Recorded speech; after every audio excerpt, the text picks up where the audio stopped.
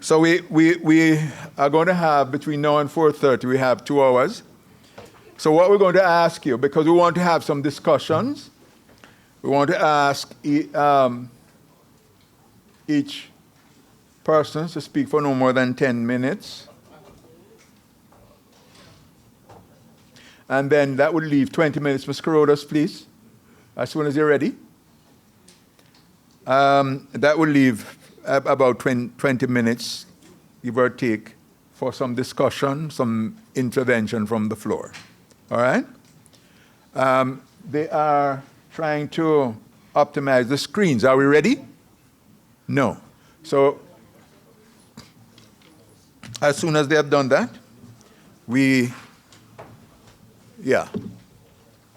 she'll let us know. All right? Yeah.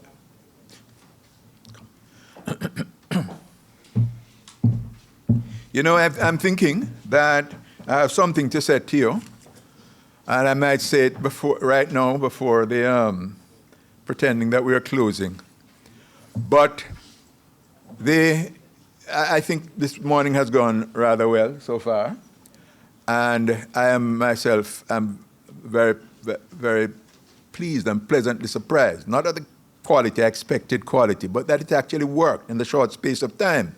Some people demonstrated a tremendous amount of flexibility and intellectual agility. They manage it. Well, some of them are politicians, long-term trade unionists. Some of them have been out there for many years. And it worked in that regard. And we're hoping that it can happen the same for the other parties now. So what is going to happen after this? I heard the chairman this morning, he said we're going to produce an academic output. Well, we are not all academics, and I said earlier that this is just, what excites me about this is that this is a tradition that has existed in industrial relations from as long as we have known it.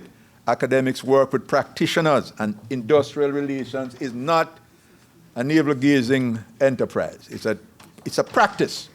And I have to tell you, being an academic from all my life, literally, and being recently forced into practice, conscripted, it was an eye-opener. All right?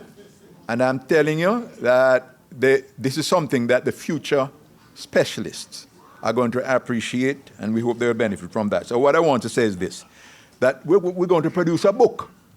But a book is not only a tool for an academic. A book is a tool for policymakers. A book is a tool for students.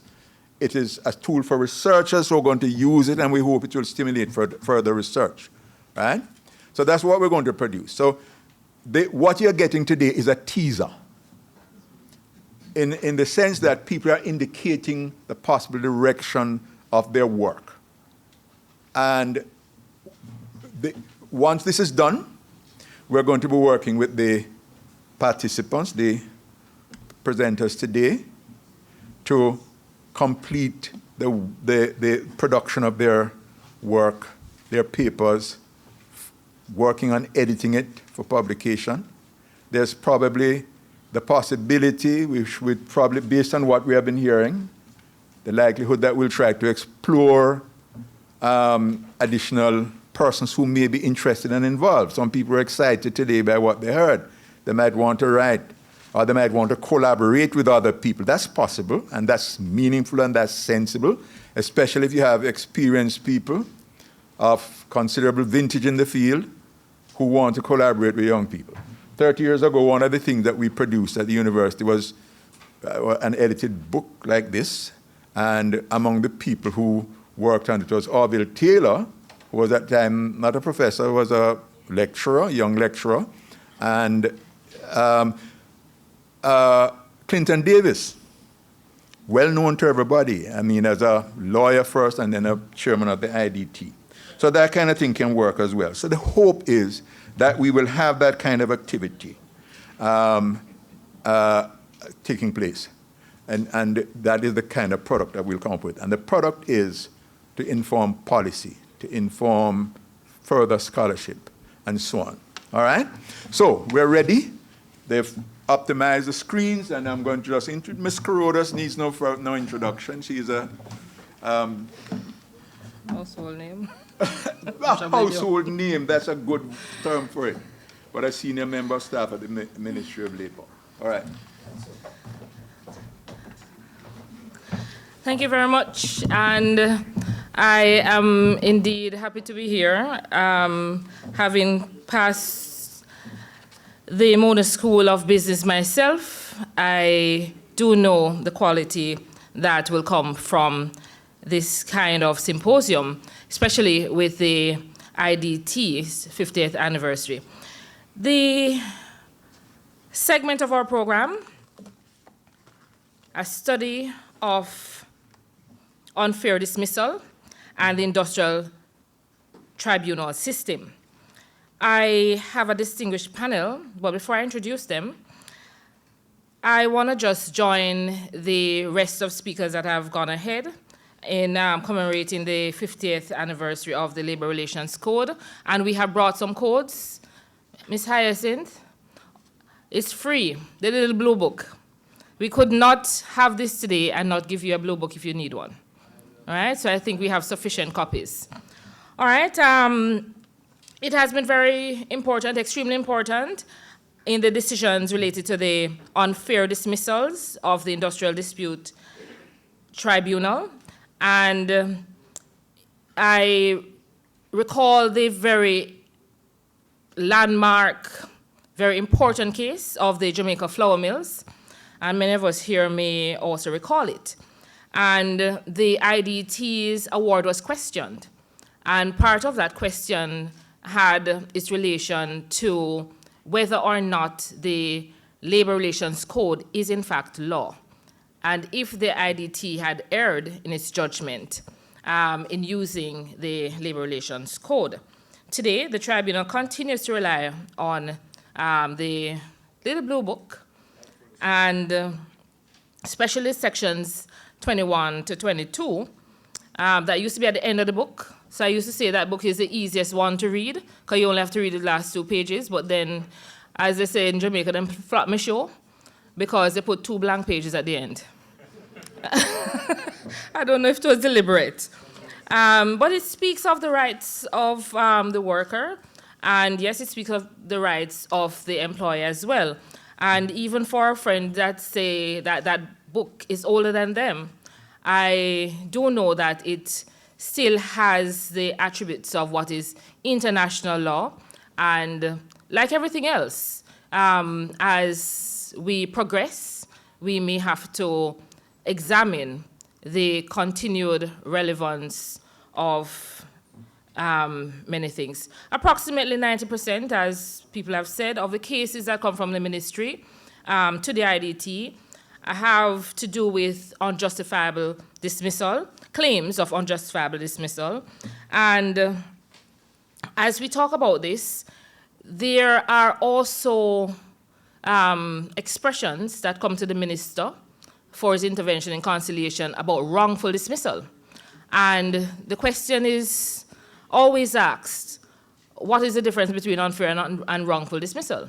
And the conciliation process does not treat with wrongful dismissals, especially that we have gotten cases where there has been a request for redress that goes above and beyond what the labor laws can do as redress. We've gotten cases where a family member has been terminated from the family business, and there is a claim for redress by issuance of a percentage of the family's estate. I don't know that the tribunal is able to address that. But it brings a question, what really is unfair dismissal? And as we venture into other areas, non-standard employment, remote work, is this still, the definitions that we use, is this still the most appropriate? We spoke about procedural fairness. What does it mean? And when we talk about unfair dismissals, the questions of treating with constructive dismissals come up as well. And ladies and gentlemen, I am so happy to have this esteemed panel. And I'm going to introduce them, but I'm going to say that the very first time I saw the first person I'm going to introduce. I saw her in the seat of, I think it was a CAS, at the International Labour Organization. And when I read the bio, I didn't have to look to see the face, because I knew that this must be that lady that I saw in Geneva, Switzerland. And she commanded the presence of all. So I'm happy to introduce Her Excellency Deborah Thomas Felix, High Commissioner of Trinidad and Tobago to Jamaica, and Ambassador to the Dominican Republic and Haiti. She has a very long set of accolades, but I will abbreviate. Her Excellency is a former president of the United Nations Appeal Tribunal, where she was the first and only Caribbean jurist to hold the position. She is a former Deputy Chief Magistrate, President of the Industrial Court of Trinidad and Tobago, and Chairman of the Trinidad and Tobago Securities and Exchange Commission. She has also served as an inaugural President of the Family Court of St. Vincent and the Grenadines. Her contribution extends to regional and international platforms. She is a past president of the Caribbean Group of Securities Regulators and has served as co-chair for the high-level seminar on the International Administrative Tribunal hosted by the European Public Law Organization in Greece. She has also, in 2024, delivered a keynote address to the Committee on the Application of Standards at the 112th session of the International Labour Conference, which is what I spoke about. And she has also authored 3 texts on industrial relations and labor law, and she serves as an adjunct lecturer in labor law. And this is the abbreviated version. She has so much. Let us put our hands together for Her Excellency, Deborah Thomas Felix. Thank you very much.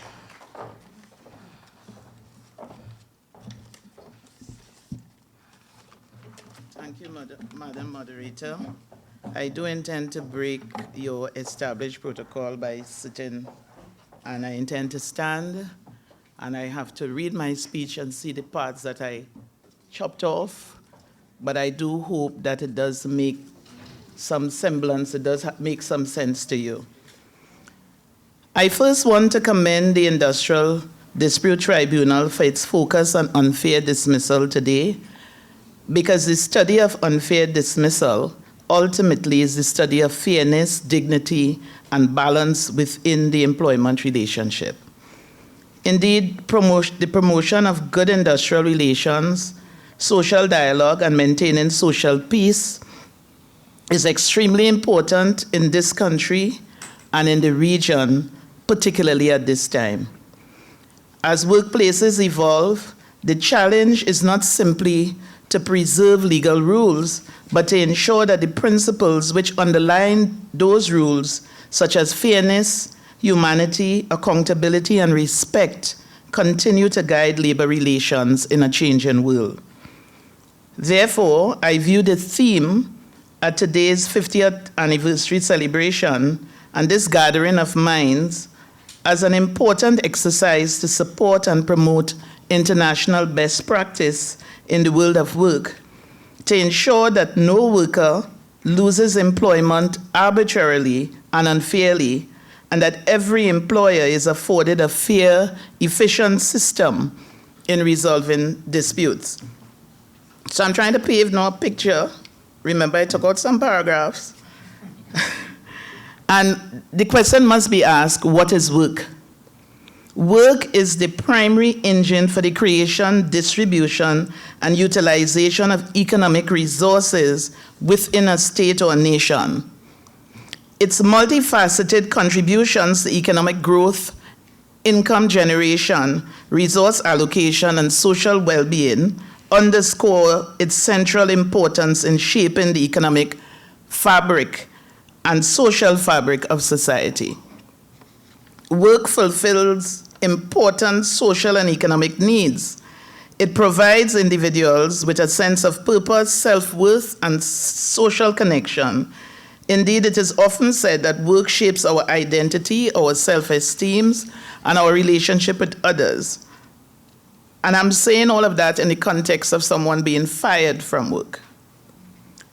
In the realm of labor and employment, the relationship between employers and workers are often governed by a set of rules, laws, regulations, and practices that delineate their rights and their responsibility.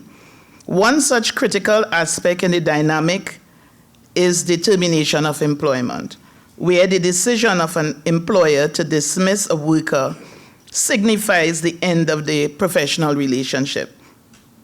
Whether the employer is right or not, the professional relationship comes to an end, and therefore it is extremely important that such a decision is predicated by fairness. Before I discuss unfair dismissal, I must mention that courts and tribunals alike pronounce on the importance for employers to give careful consideration to the application of progressive disciplinary measures before resorting to dismissals. In fact, the failure to utilize proportionate and corrective disciplinary processes at work may render a dismissal unfair, both substantially and procedurally. We should always note in our minds, those of us at tribunals and courts and employers, that the application of progressive discipline remains an important safeguard against unfair dismissal by ensuring that termination is not imposed prematurely or disproportionately. It is a fundamental practice of good industrial relations that workers be treated with dignity and respect. Thus, as difficult as it may be, the process of dismissal, save in exceptional circumstances, should be handled with some degree of empathy to help to mitigate the emotional impact and preserve the individual's self-esteem. Indeed, when a dismissal is considered by an employer as a measure of discipline, the entire process ought to be handled with care, professionalism, and in accordance to and in strict adherence with the law, regulations, and international labor standards. Okay, in some jurisdictions, to answer the question which was asked, in some jurisdictions, a dismissal which is unjust is described by law to be unfair or wrongful. In other jurisdictions, this type of dismissal is described as harsh, as in Australia, and harsh and oppressive, as in Trinidad and Tobago.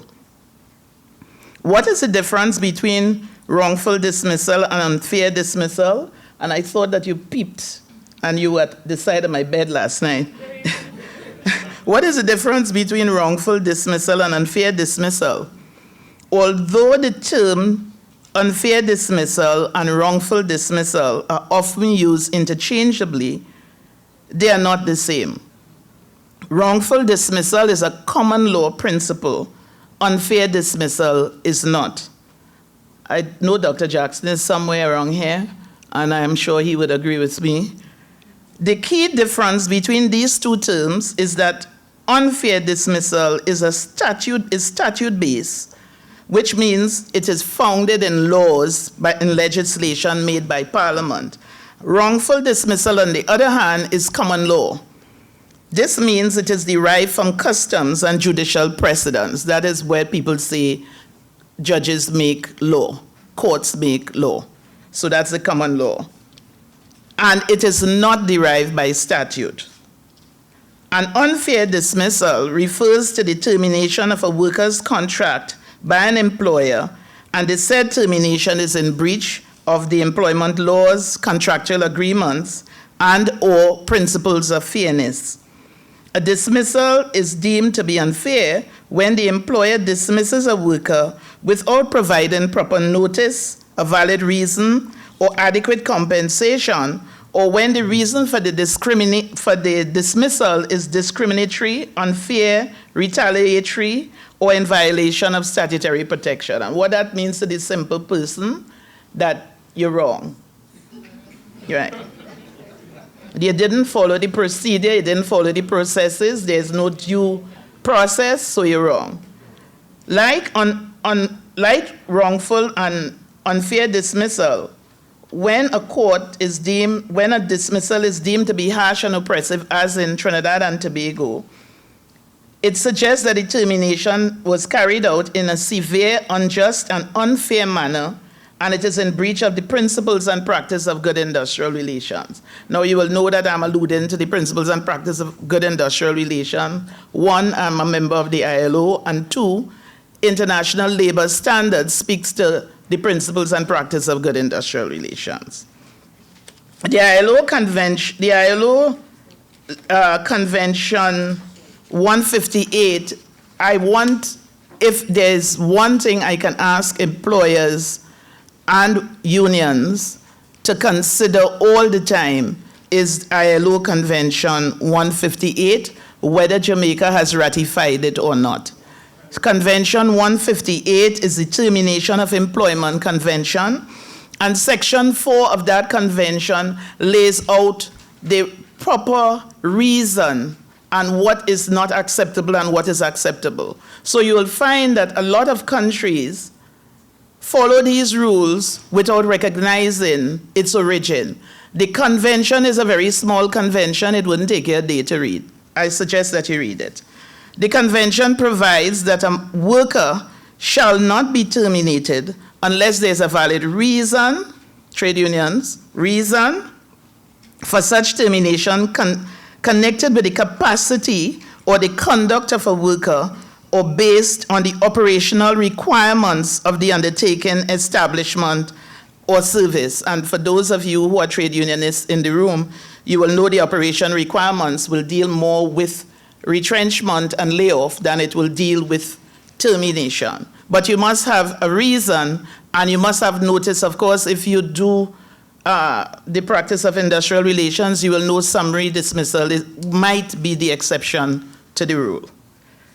Okay, I'm hustling.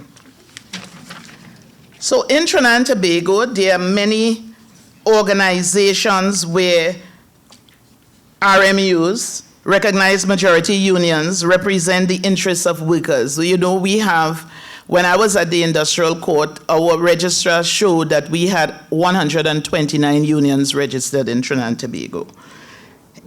Yes, and when I heard you talk about your numbers in court, on an average, we get between 1,100 to 1,200 new matters each year. Yeah. So when you were talking with your numbers, I was saying that might be a good job for me to have, where I have one case. In these organizations, you have collective agreements which are registered, and the collective agreement contain clauses and articles that outline the terms and conditions of work, including the grievance process. So in the collective agreement, the grievance process is there. You can start. So the trade union can engage the employer in social dialogue, which is bilateral discussions, through the grievance process, which will already be written to the top, which will be written in the collective agreement with a view to resolving the issue. If there is no union, they will normally be the law in Trinidad and Tobago provides that if there is no RMU on rights matters, remember Carla this morning spoke about right matters. In rights matters, if there is no RMU, you can go to any union and join any union to engage the court's attention in a rights matters. As far as RMUs are concerned, RMUs can deal with interest matters and rights matters, but if there is no RMU in the organization, then the union that you go to cannot take up an interest matter for obvious reasons. Because remember, one of the things you have to learn in terms of the difference between employment law and labor law is that employment law deals with the individual, and labor law deals with the collective. So it deals with the unions, everybody coming together, okay? So we could start at the top now. I'll just give you a quick run. Don't know how fast I could run. of the Trinidad and Tobago situation at the very, very, very top, so that you can have an idea as to what happens. All right, so the Industrial Court of Trinidad and Tobago is a superior court of record. What it means by a superior court of record, it means that the judges of the court have the same powers as judges of the High Court, what you all call your Supreme Court. But judges of the court have the same powers as the Supreme Court. There are two divisions of the court, the GSD, which is the General Service Division, and the ESD, which is the Essential Service Division. And then there's a special tribunal within the court, which is not really a part of the court. But anytime people are not pleased with the tribunal, they say the court. But when they please, they say this ST. So the special tribunal, it's a tribunal within the court, and therefore it is not a superior court of record. So if you have to appeal from the special tribunal, you first have to do judicial review, like what you all seem to be your process. You have to do judicial review, and then from judicial review, you can go to the Court of Appeal. For all matters at the Industrial Court, you cannot go to the High Court because they're on the same level. Appeals are on points of law, but it must go to the Court of Appeal, and the Court of Appeal cannot overturn the judgment because the way the statute is worded, the court is protected when it makes an order that something is harsh and oppressive. The law, it's a safeguard and cannot be appealed. So you could only appeal on points of law. And so it's a very narrow appeal, and then it could go to the Privy Council if necessary. All right, the judges are qualified in law, economics, accounts, and industrial relations. If you know anything of the Employment Appeals Tribunal in England, I had the privilege of sitting there for a month, you will realize that the Employment Appeal Tribunal, the head of that tribunal in England, is a judge and a lawyer. However, when he sits with his group conferring, some of them are lay magistrates, some of them are economists, they have different professions, some of them are IR people coming together. It's that same concept where lawyers, economists, everybody sit together and they use their expertise to come up to resolving whatever the decision is. In terms of composition, the ones that we only have two in all the time are accountants. We normally only have 2 accountants, and the rest of it will be, there are 26 judges, it will be divided among the rest of the professions. The president of the court is appointed by the president of the republic and must be an attorney of law for a minimum of 15 years, but the other members of the court are appointed by cabinet. I have had cases where lawyers challenged the validity of the judges sitting with me, saying that they are appointed by the cabinet and constitutionally they should not be sitting because it didn't come from the thing. So those of you bright lawyers in the room who have seen nodding head and all of that, you all will understand that argument. Of course, I overruled them because I wanted the matter to finish. Yeah. So the grievance process, if you have a problem in your organization, you will start with bilateral discussions because most of them are unionized. So you will start with bilateral discussions with a view to resolving. If those bilateral talks break down, you then take the matter to the Ministry of Labor. The legislation provides that the Ministry of Labor will give you conciliation, but all of that must be done within 14 days. If in 14 days it is not done, the ministry will issue something called a certificate of unresolved dispute, which they send to the industrial court, or the union will bring the matter to the industrial court saying that conciliation has broken down. A number of matters are resolved at conciliation at the ministry. The ministry has a floor of conciliators, and their job is to deal with conciliation. The interference of the state, meaning the minister is just a functionary in law. He or she don't get involved in anything concerning that. It just comes under that ministry. So there's a certain measure of independence and non-interference. But like in everything, I guess if you want to interfere, you will interfere. But we do not have that, have to wait for a minister to deal with anything. There's a department that deals with that, a very, very large department. So if it fails, conciliation fails, it comes to the industrial court.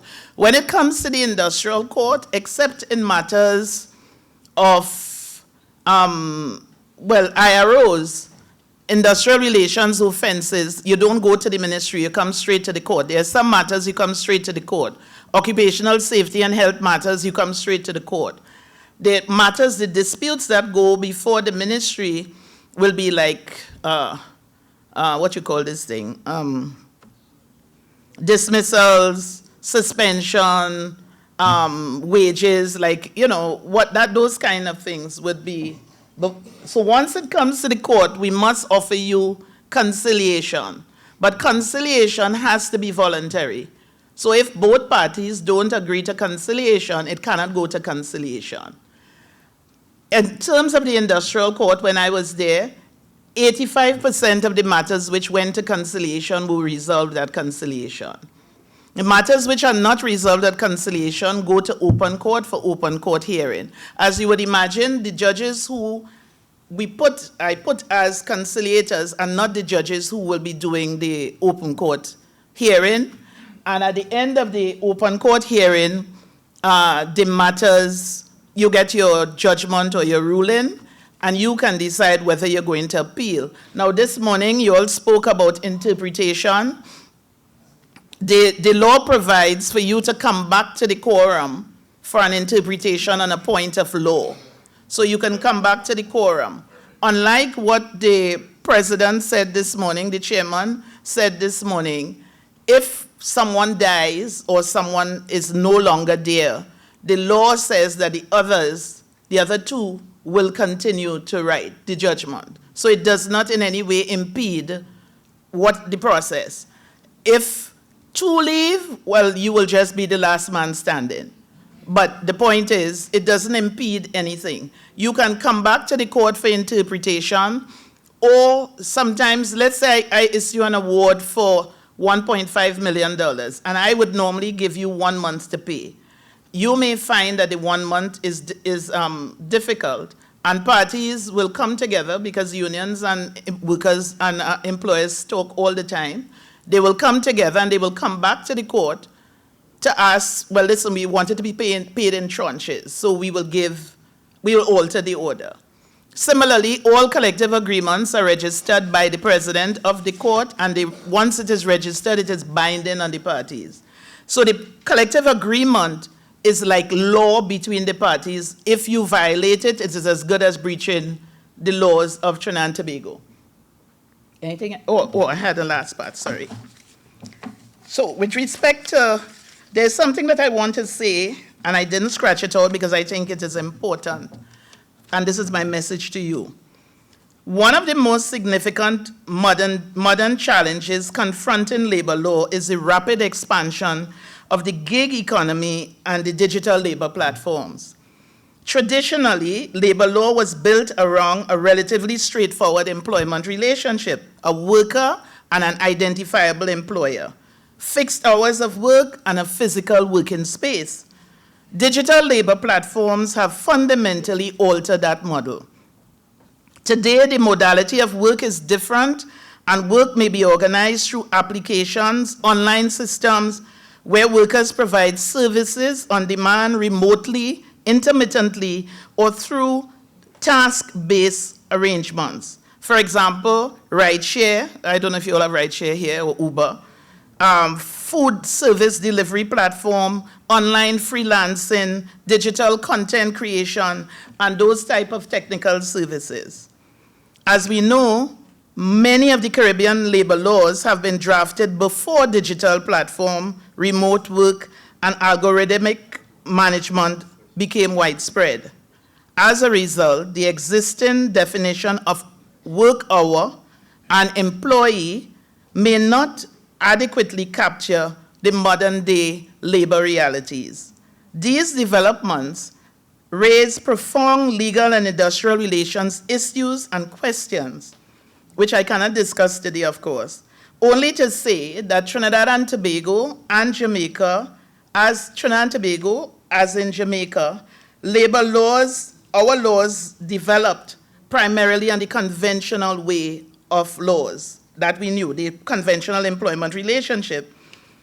However, the rapid revolution of digital labor markets suggests that industrial tribunals like this one in Jamaica and labor courts throughout the Caribbean may soon be required to confront those very important issues surrounding platform work, algorithmic management, and digital forms of dismissals. The challenge will be to ensure that technological innovation does not outpace the principles of fairness, decent work, and dignity that underpin labor jurisdiction. The Caribbean may want to consider reviewing and harmonizing labor legislation and face the challenge that many countries are facing, which is how to encourage innovation and economic flexibility while protecting workers from exploitation and arbitrary treatment and unfair dismissal. The future of labor law ultimately depends on whether our legal systems are capable of recognizing that while technology changes the form of work, should not diminish the fundamental human rights to fairness in the workplace. Thank you. Ladies and gentlemen, let's put our hands together for Her Excellency Thank you for that. Deborah Thomas Felix. And listen to me, it was well worth listening, not true? Right, so I have the privilege of welcoming one of our own. We have 3 more of our own. But one of our own, Wayne Christopher Chen, and he really needs no introduction because he has led multiple businesses and the social sector, and he is currently the president of the Jamaica Employers Federation, immediate past president of the Caribbean Employers Confederation, et al. And he has sat on about 20 boards, and if you need that information, I can provide it to you. So he really needs no introduction. Over to you. Thank you, Gillian. And in the interest of time, because I see the clock running on us, I will start right up front. When we have distinguished guests like our colleague here from Trinidad, it is well worth hearing all she had to say. And I will share a much more expansive version of what I'm about to present. And much of it is not unfamiliar to this audience, because I'm like a stuck record saying the same thing over the years, Gillian. So, from the employer standpoint, the IDT plays a vital role in promoting workplace harmony. There's no doubt. However, a review of its jurisprudence reveals a consistent pattern of decisions that prioritize procedural compliance and an expansive interpretation of the Labor Relations Code over substantive business imperatives and the employee's own contribution to dismissal. We're not here saying that the IDT has made wrong decisions per se in following the law. But what we are saying is that when you step back from the decisions, it has not necessarily, in several significant instances, acted in the interest of promoting a positive business environment in Jamaica. So the IDT is vital, yet from the employer's perspective, it is not perfect. And there have been issues. And the history is there. But these decisions that I'm about to outline have resulted in heightened risk, costs, and uncertainty for employers. And for the economists in the room, when you add costs to formal employment, over time, it's a discouragement from the formal contract of employment. And we have heard a lot of talk in recent times, including in this forum, about the use of short-term contracts and so on. These are not moral choices. Over time, these become economic choices. When you find and I will add to this too, because we have distinguished consultants of the ILO here. One of the big global discussions, and it's particularly pervasive in Jamaica, is the high level of informality. I mean, from I was a boy, we're talking about 30–40% of our economic activities in Jamaica being in the informal sector. These are not moral choices. These are rational economic choices over time. When the cost of formality becomes too high over time, and counterintuitively to many of us, it discourages formal employment in the ways that we have set up the rules to encourage. So the Labor Relations Code, and it's up there, you can look, Section 22, fair procedure, written notice, and all the other nice things that we all agree with. In a level play field, we apply them fairly. In a level universe, every single jurisdiction that we operate out of operates in the same way so that there is no gaming of rules, jurisdiction to jurisdiction. But unfortunately, the world doesn't work that way. So we have to strike the right balance in Jamaica. In my earlier greetings, I said, the employees of Jamaica, and I take a little bit of executive privilege here, are all in the favor of the same thing. We want to promote decent work. We want to promote prosperous households and individuals. We want, look at Jaden over there, he wants to send more product to wealthier clients. All of us do.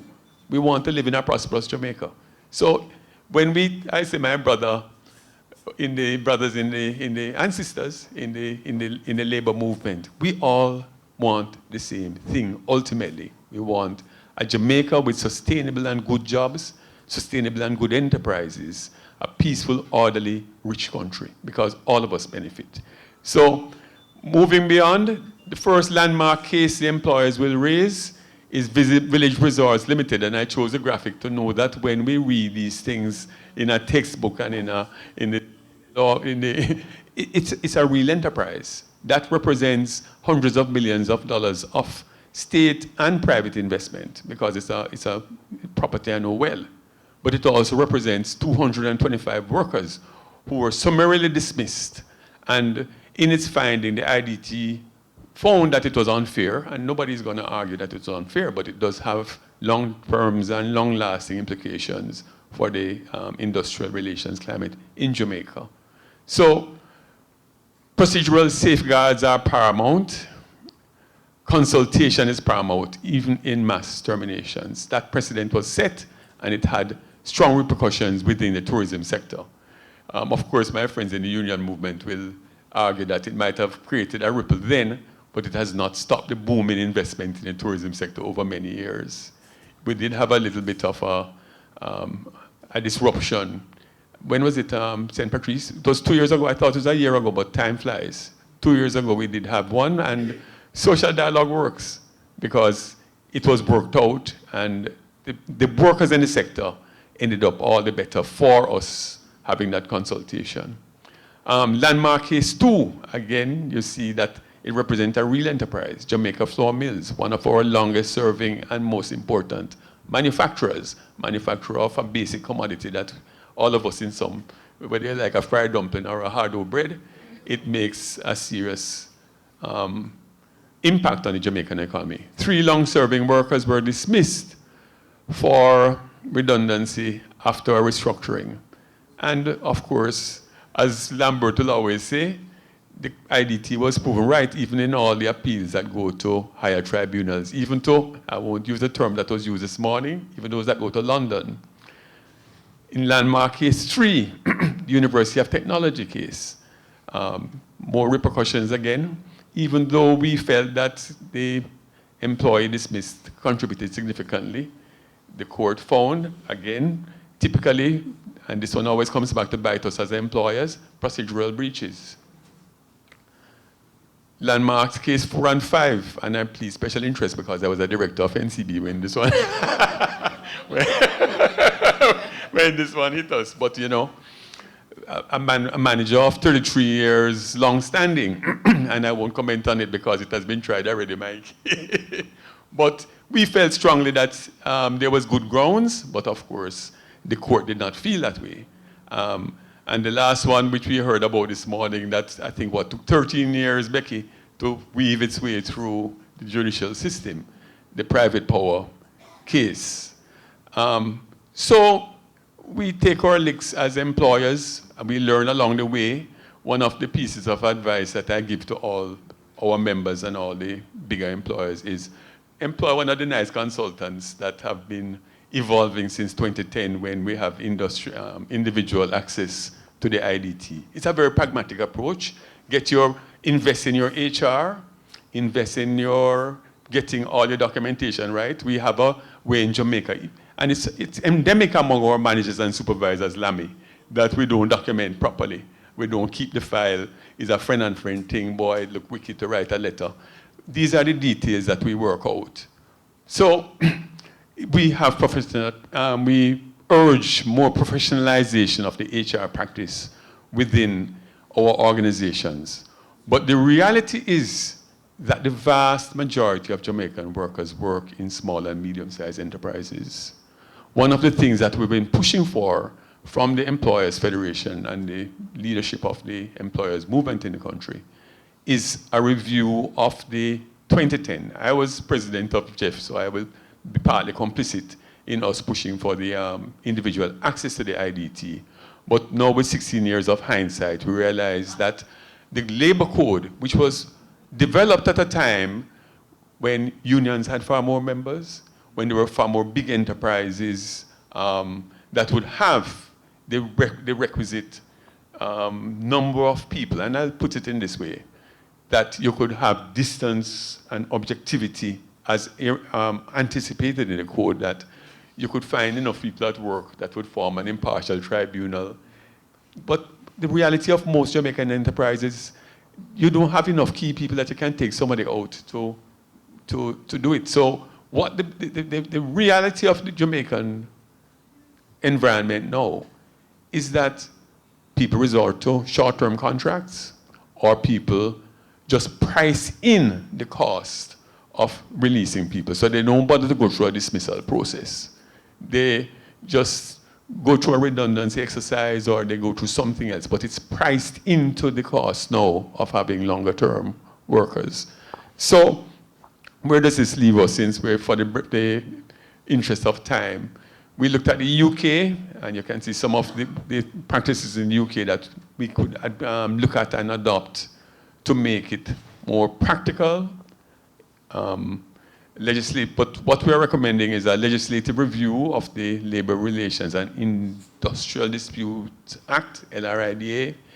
We're looking at a review of the Labor Relations Code to make sure that how it is applied is really in line with the Jamaican reality of small and medium enterprises. It works well for the Grace Kennedys and the NCBs of the world.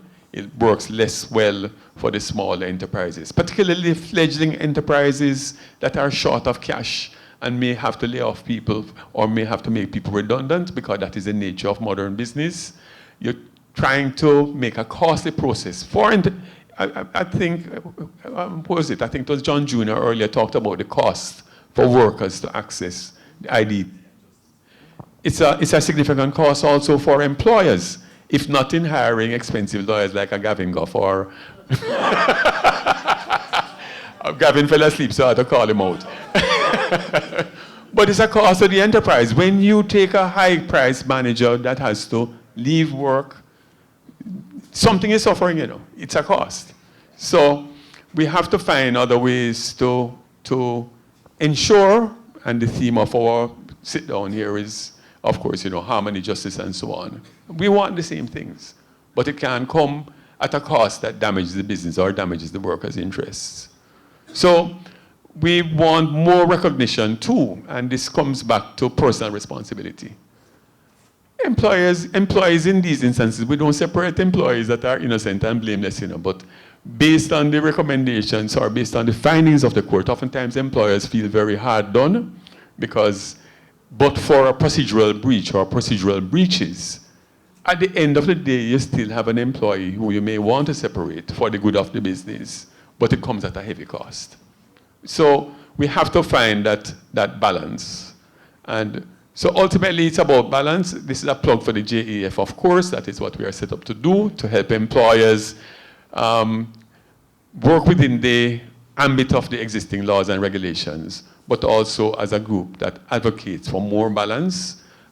We have 50 years ahead to look forward to, and we have to ensure that all the institutions that undergird the workforce, the legislative setup, the institutions that interpret and implement the laws are fit for purpose. And what is the purpose? I said it this morning. If we are looking for a prosperous Jamaica with a growing, a sustainably growing and inclusive, and I will always use the word inclusive, because you can't grow the economy and it's not including anybody. But the model that we want is a small, fledgling, fragile, island developing country is one that everybody is lifted together. And I know we can do it, but we have to use tripartism, practice the social dialogue and consensus that we have worked to be good at, to come up with an IDT that is fit for the next 50 years. Thank you very much, ladies and gentlemen. Thank you very much, Wayne. And I see a lot of people scribbling down because they have a lot of questions for you. And organizers are begging you 10 minutes on top of what we have. Please, thanks. That's how we do it as women, right? We ask and then we say thanks, because we know we get it. All right, so I am going to go with the person that's seated immediately beside me. And I have a bio of him that does not say that he was a trade unionist. I don't know why it doesn't say so, but I know he was a trade unionist. So I'm introducing him as a past trade unionist and also the deputy chairman of the Industrial Disputes Tribunal. And also he has done a lot of work as head of the Hugh Shearer Labour Studies Institute, then the Consortium for Social Development and Research at the UWI Open Campus, and also with the Ministry of Culture, Gender, Entertainment and Sport in respect of their sexual harassment tribunal. And he's none other than one that we know very well, Danny Roberts. Danny. Over to you, sir. Thank you very much. Thank you very much. Good afternoon. All right. I'm going to try to get through this presentation as quickly as possible. I want to take a kind of somewhat different approach from Wayne. I think I might have to go so I can say better. All right? All right. So I'm looking at this thing from three perspectives. An industrial tribunal system. What do we mean by that when we speak of it? Is it similar to or different from that of a court? And if so, what is the distinction? All right. So the industrial tribunal system, and I talked about the Industrial Disputes Tribunal, talked about the industrial tribunal system, which is global, is a quasi-judicial, independent and specialized body designed to resolve disputes, etc. These tribunals, referred to as the Employment Tribunal in the UK, have exclusive jurisdiction to hear complaints regarding unfair dismissal, discrimination, pay wages, etc. Now, the primary goal, as we have heard earlier, is to provide quick and economical third-party settlement of disputes. It's inquisitorial, less formal on rules and evidence, and the system generally involves a formal hearing where evidence is presented, and as in the case of the UK, it is similar. Persons often include a legally qualified chairperson and members with practical experience in industrial relations, representing employers and employees, and that is so in our case. Now, we know that the industrial relations system is based upon this doctrine of voluntarism, but we have seen the juridification over the years of increasing regulations, laws, statutes being introduced in the labor management relationships. So become largely codified, and we have employment contract that has governed the employment relationship. Now, in our case, and I know that there's a debate, I suppose Vincent and Lambert could tell us about whether we should go the route of an industrial court versus an industrial tribunal. All right, and of course, the industrial court is much more formal in setting, in its procedures, etc. The industrial tribunal is less so. So the broad distinction between a tribunal and a court to adjudicate on disputes at the workplace has to be of special and symbolic significance to us here in Jamaica, because we have to understand that the heart of the tribunal is the question of unfair dismissal. Structure of the IDT, as we said, been set up. The chairpersons, deputy chairman, deputy chairpersons, representatives appointed from the recommendations of the JCTU and Jeff, and those persons must come to the table with, as the law says, with a knowledge and an experience in labor relations. Right? Now,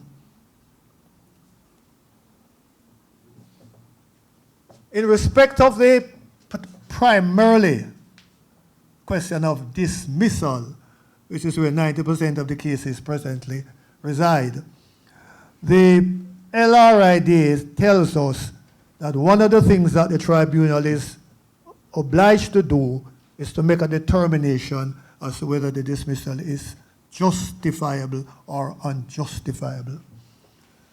And the question of the unjustifiability of a dismissal has not been defined. And so the courts have had to make a pronouncement on it. And that was done in the Village Resorts case that Wayne spoke to, where the court says, Justice Rattray says, unjustifiable has to relate to fairness, not lawfulness. So a decision can be lawful but deemed to be unfair. And he goes on to make an elaborate statement on it. It does not equate either with wrongful or unlawful, which is the common law concepts as we come to know it, but has to do with what is fair. Not only was this position taken by him, but it was endorsed by Chief Justice then Kenneth Smith in the West Indies East case, where he said that even if the dismissal is justified at common law, it is not necessarily justified under the statute. It's possible for the employee to succeed in a complaint of unfair dismissal, even if he would lose in action for wrongful dismissal. In that regard, the wide discretion given to the tribunal under the statute coincide with rulings in the UK. In this case, Edwards versus Chesterfield Royal Hospital. The courts also ruled that yes, a dismissal can be lawful, but it doesn't make it right. It can be deemed to be unfair. And the jurisdiction of the tribunal is revolved around determining its unfairness as defined by Rattray. And I mentioned the fact that the irony in all of this is that we have patterned our LRID and IDT of the UK within the context of the UK framework, and they have also defined unfair dismissal, our former British colonial empire, has defined unfair dismissal in a way that speaks to the respect and dignity of workers. And that is something that, in my view, has to be at the center of our understanding and appreciation of the role of the IDT and the purpose and intent of the Labor Relations Code. Her Excellency made reference to Convention 158, which I don't believe we have Gillian, we have not yet endorsed 158, I believe. The employment of a worker shall not be terminated unless there's a valid reason for such termination connected to the capacity or conduct, etc. What this raises is a question as to whether in an employment contract you can speak to the fact that you can dismiss without cause, and whether that action would obviously succeed in a court. But when it comes to a tribunal, the question as to whether the lawfulness of that action can succeed in a tribunal that focuses on the question of fairness, which is underpinned by notions of dignity and respect, something that we have had to work and struggle for over 300 years, whether it can pass that threshold to be accepted among us. So, the convention itself, ILO Convention 158, speaks to the question of the justification for determination from the perspective of the tribunal. Doesn't matter whether it is in a contract of employment, the procedures prior to and at the time of termination, appeals process, and notice, etc. For me, crucially, Carl Rattray sets it out in a book authored by Noel Cowell and Clement Branch on human resource development and workplace. The history of slavery, the relationships between the owners and the owned, the bitter struggles which led to emancipation, the post-abolition interface between the former slaves, currently the workers, and their former owners, the employers, all provide a background for the emergence of labor laws and employment practices in the Caribbean. The Grand Leader, Rattray, in his dictum in the Grand Leader case, speaks also about that relationship and the need to understand the movement from master and servant to employee, and what that indicates. The recognition of the distinction that ought to be made between the court and the tribunal was set out by Justice Parnell, where he said that the tribunal must stay, or should I say, the court must stay as far away as possible from the tribunal, or made up of fine arts. Fine persons who are indulged in the fine arts of trade union activities and the intricacies of collective bargaining, etc. And therefore, akin to that, central to that, the Bible, as we call it, the Blue Book Code, which speaks to work as a social right and responsibility, not a commodity. And to appreciate that, you have to go back in your history, because at one time work was a commodity, and the importance of work as a social right and obligation, not a commodity, is emphasizing the dignity and respect which must be accorded to every worker, etc. The code, and then Wayne spoke about that, the need for effective cooperation between workers and employers, and that they must be protected from unfair dismissal. And we keep on emphasizing that is not only workers that the code is about. It's also about protecting the interests of employers. So finally, we have to understand the following.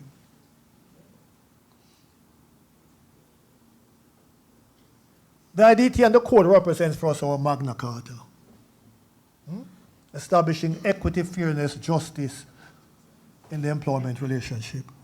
I'll read for you some statistics as I close. Between 2021 and 2025, 161 awards have been handed down. The number of awards which have been justifiable, that is to say the employer was correct, is roughly 15.5%. The number unjustifiable, 82.1%. Among them, 87% of those awards have been unanimous. only 6% have been the result of a minority award. And 70% of those awards are in favor of workers, 30% are in favor of persons who we would classify as managers. That is to say, they are the supervisory level or above. I thank you. As we roll into completing, I will stand here because our next speaker will be very brief, he says, and therefore we will go straight into it. Danny, I have something to say that perhaps the statistics is skewed by the fact that the labor independent consultants, our consultants, do not go to the IDT unless they are sure that they can win. So I will just throw that into the mix, and it might come up with a different flavor. Anyway, we have one that may say that the Labor Relations Code and the LRIDA, and many years ago I heard someone say the LRIDA, is older than he is, and he is none other than attorney at law, Mr. Robert Moore. He has practiced extensively employment law, and especially with the private industrial security sector, and also with the business process outsourcing organizations. And I deliberately left him to be the final speaker on this panel because he has been representing a lot of the younger workers, and I would call them the Gen Zs. And we need to know, where are we going? What does unfair dismissal mean? Over to you.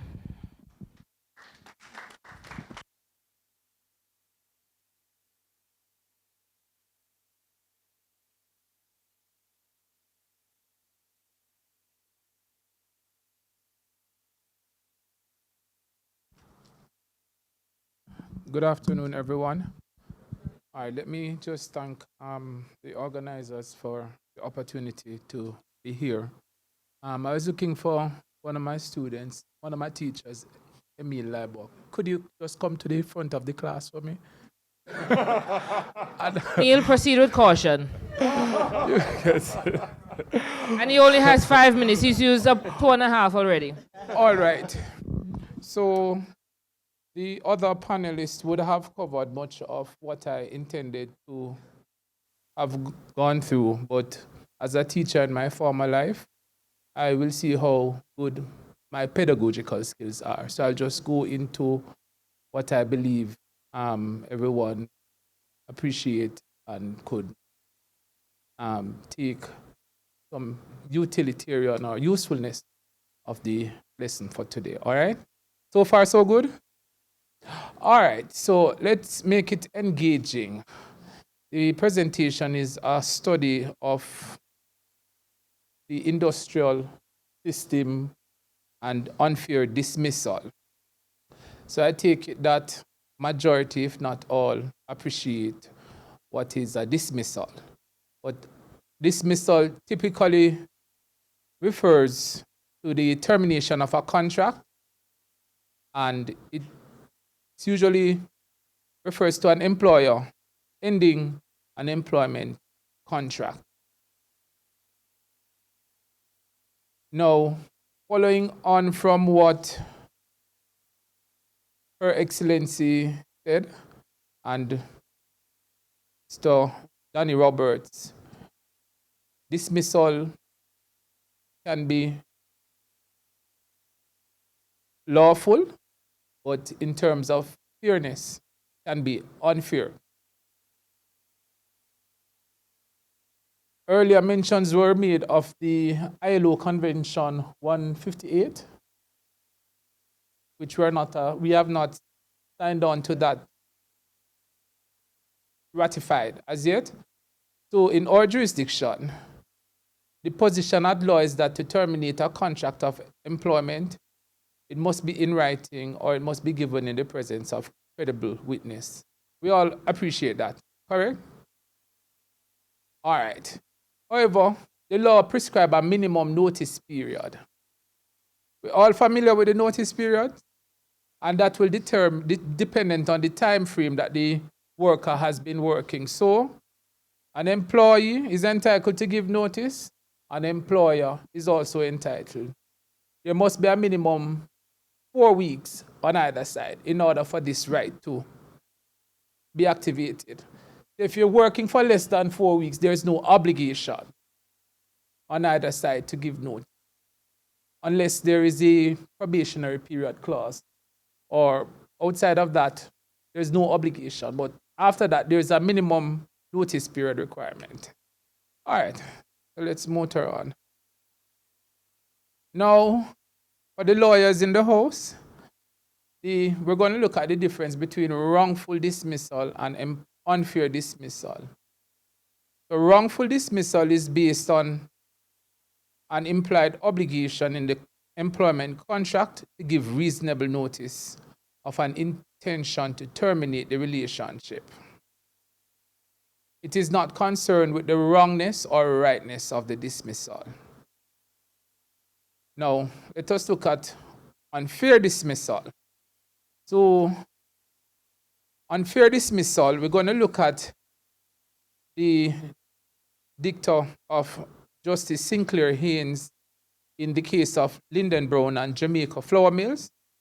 And the learned judge opined that the word unfair equates with the word unjustifiable, not with the words unlawful or wrongful. Are you with me so far, everybody? Reason I'm taking this approach is that we are all a part of the system. Worker representative, conciliators, the tribunal, employers representing aggrieved workers, trade unionists. We're all a part of the system. And so it is important to utilize time wisely so we know where to go and how to improve the system if we're of the opinion or view that it's not working as we would want it to. Now, importantly, in cases of wrongful dismissal, where do you go for redress? Do you take the time to go to the ministry and to the IDT? Is that a good use of time? I'm asking. So, if you should take a case of wrongful dismissal to the IDT, you may spend more time than needed. Now, in case of unfair dismissal, do you go to the court? Why? The jurisdiction is the Industrial Disputes Tribunal. So in Rosamond Johnson and Restaurants of Jamaica, that case affirmed that if you take a decision to the court for unfair dismissal, the likelihood of getting redress is highly unlikely. Touch my student at the back, Mr. Goff. He will likely apply to strike out your matter. All right. So It's some protection, Gavin. Right. So in terms of the jurisdiction of the IDT, I will not go into all of this because the other panelists would have gone through the establishment of the tribunal and its powers. Now, importantly, what's a dispute? I think we all appreciate that. I'm going to spend much time on that. But for the purpose of my presentation, we're focusing on the termination of employment. And the termination of employment or such a dispute may be one of rights or interest, but seeing that there has been the 2010 amendment to the Act and non-unionized workers have access, I won't delve too much into that. Now, the definition of worker, Mrs. Harris-Roper explored that, I believe, in her presentation.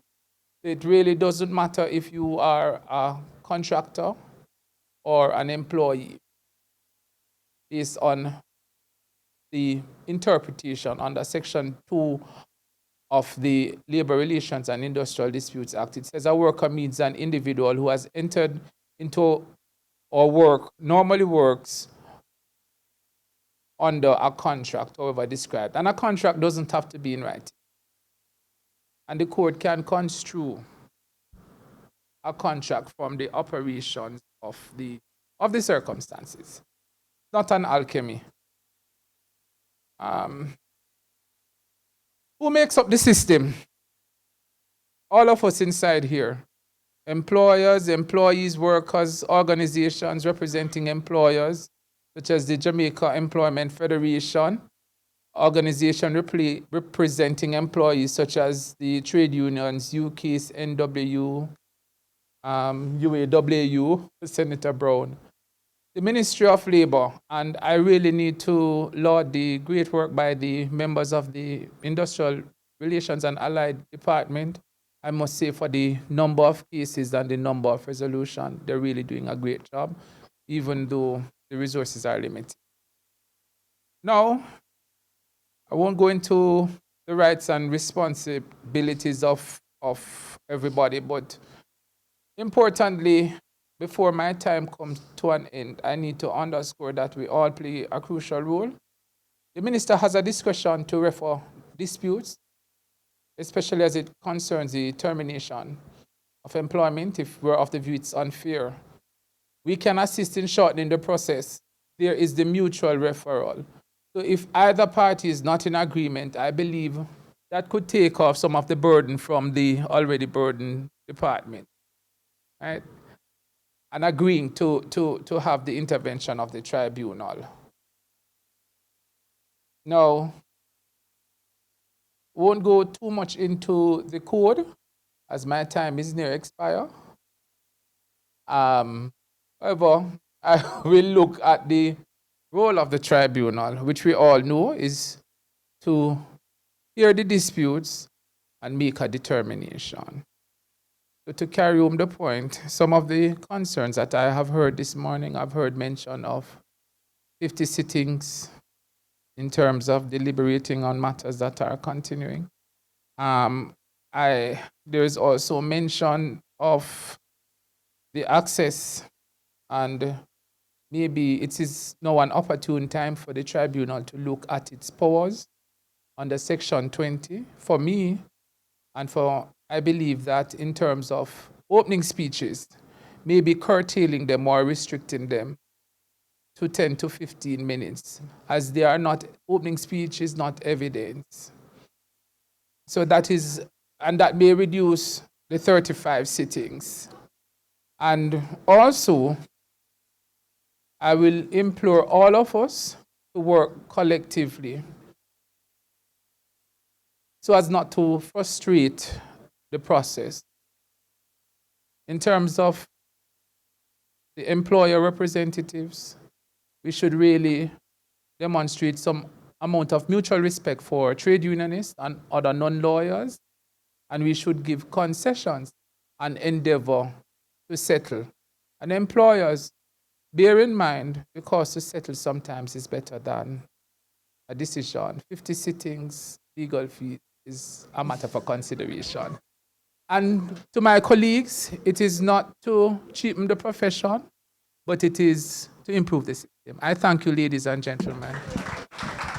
Thank you very much, Robert. You really have added that icing to the cake, and he, as I said, represents a lot of the industries that are very labor intensive. And I want to disabuse the minds of employers that is 3 strikes and you're out. We've heard that oftentimes, that you give them 3 chances and then you can just get rid of them without any process. But we have spoken at length about what is unfair and what it means and what is the procedural fairness that ought to be followed. So it's not simply okay to pay that sum that you believe is necessary, but to ensure, one, that the reason for the dismissal is justifiable, that the manner in which the termination takes place can also stand scrutiny, and that whatever is payable to the worker is computed correctly, and that the persons also have the right for an appeal. All right, so we're going to be taking a few questions, and as the panelists have said, we want to keep it very brief. All right, so just to invite, or I can say our own because Dr. Taylor repeatedly says that he belongs to the Ministry of Labor's family. So welcome, Dr. Taylor. Your question or comment, please. It's a comment or something, right? A combination of both. Yes, I am Ministry of Labor. It's the Ministry of Labor that gave me the body of work that gives me the status to speak here. I have a couple of things very quickly. Your Excellency, an extremely good point. I believe that as we talk about the harmonization of statutes and practices across CARICOM, I was part of that group in 1994. We haven't gone there yet.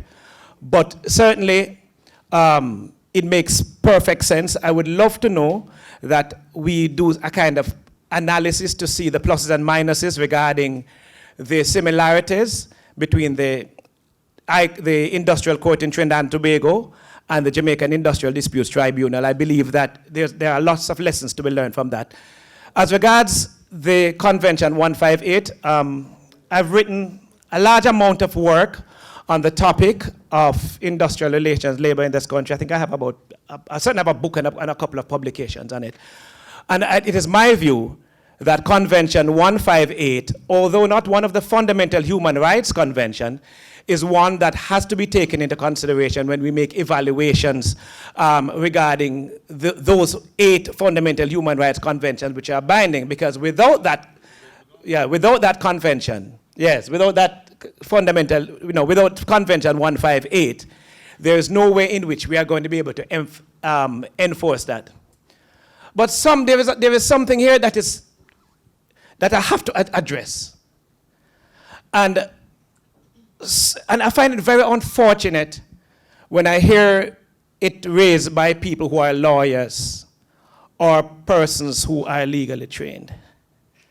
Procedures are not hindrances. Procedures and rules are the very existence of a system, why it doesn't fall apart.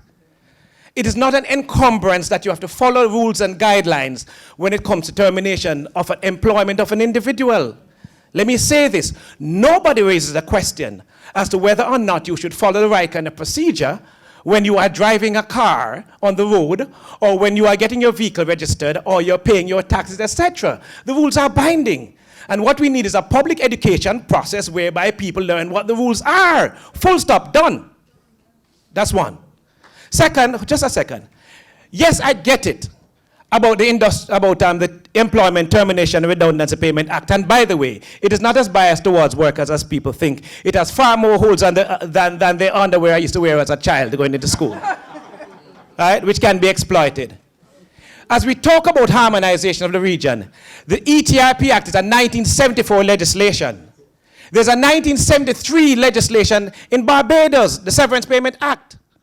We ought to have looked at it, and I've written about this lots of times. I've done 3 ILO publications on it, as well as some book chapters, and as well as reading in my book. It's there. So how you address some of the things? Well, I get it that there's a burden, but Barbados solved this problem long ago, 1973. They have a severance payment fund. Look, we have money as NHT. There's a severance payment fund that's contributory. It is contributory in Barbados. We could follow that model. I've written about it. I've had that conversation. Lambert and Danny know that we have had those conversations face to face.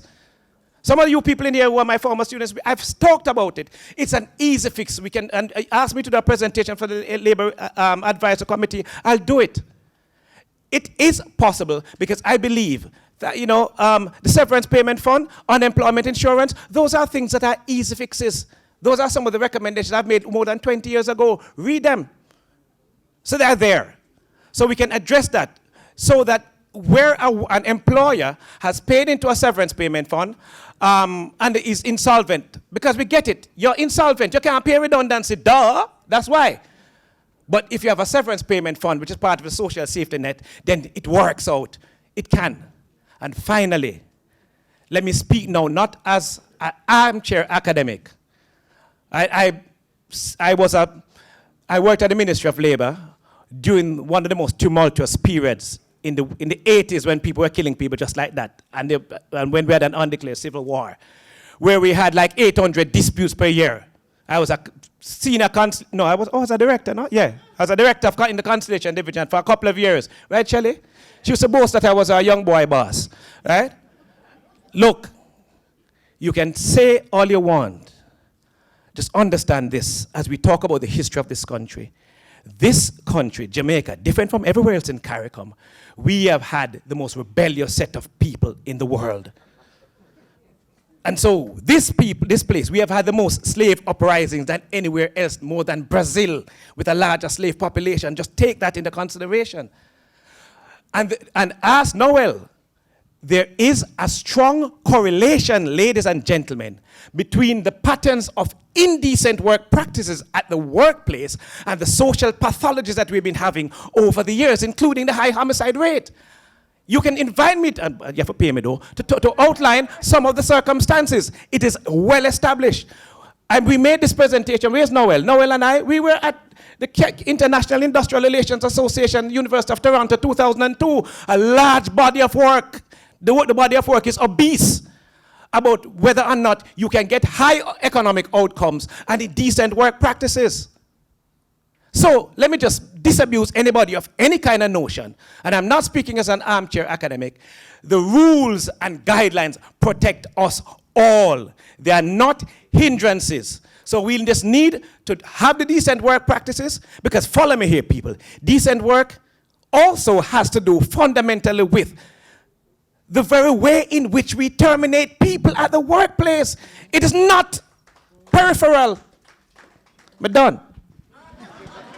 Let us put our hands together for you, Orville, because I realize you completed hotline inside here. But we are very grateful for the points that you have made, and you are very passionate about the rights of workers and also ensuring that there is good labor relations. We have one final question, and I want to ask you to just come to the... Oh, let me come in the middle? The passage. Okay. It's in the middle of the room. Once you are finished, in 1 minute, we would be able to move to the next panel. I'll take about 45 seconds. It's an observation that I made based on the presentations. And I think it is critical that we include this in our thinking when we're going to think about unfair dismissal, unjustifiable dismissal.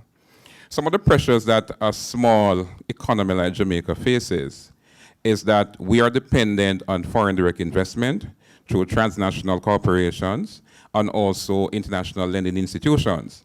So we have labor legislations and we have the ILO conventions, but at the same time, we have to appreciate that these institutions, by virtue of the economic power that they wield, that they have an impact and influence on our labor legislations. So some things are there in writing, but practically, we're not able to implement them because of the pressures that have come to bear.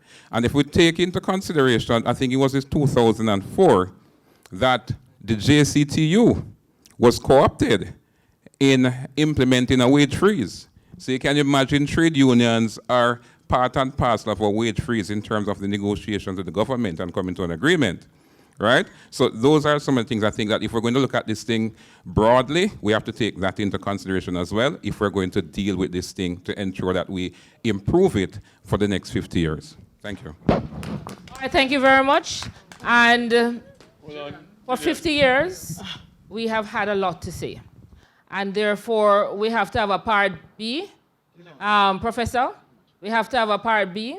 Chairman, we have to have a part B. And there's a response from our panel. 1 minute. I don't want to take up much of your time, but that last comment triggered my response. The fact that you are developing, the fact that you're receiving remittances, the fact that you're doing that is all the more reasons that you must have good labor practices. I will say to you that right now, Guyana is being very developed, and I have been employed by the ILO to review all Guyana's laws, repeal, review, whatever. I'm doing a situational analysis of the laws of Guyana. with a view to harmonizing them so that Guyana will become a very important part of the Caribbean and have good labor practices. Because if you do not have good labor practices, it doesn't mean that it is easier to do business.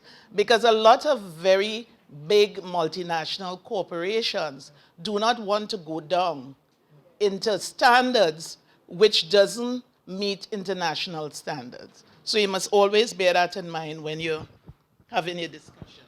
Thanks. All right, so yes, we'll have some sidebars outside of that. Just quick, if there's any burning thing that needs to be said from the panel. Hold on. Wayne, go ahead. When in your presentation you use the term restore balance, need for balance to be restored. And restore sounds to me like something that existed before.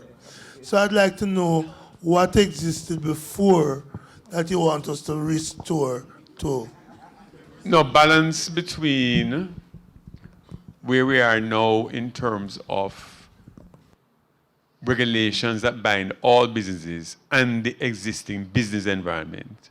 The business environment I outlined was significantly different from it was in 1976 when the labor code was implemented. So it's not a question of balancing with history, it's balancing with the environment. That is what I speak to. Okay. Not to say that balance was ever perfect at all. But at the time, I would assume that, and you outlined it earlier, Lamy, that there was a 2-year process back and forth. You mentioned the government at the time, Michael Mann, Hugh Shearer, the opposition spokesman on labor at the time, came to a consensus around what the labor code looked like. And I think we need a review in a similar fashion that we did in 1976 to get it back to balance with the existing environment and, more important, the 50 years to come. All right, so that's a good way to wrap, Wayne. And I am going to ask the other two panelists very quickly to wrap. And Professor, Chairman, we all have to contemplate having this as a series. Because as our good Dr. Taylor has said, him done, but I'm sure him not finish.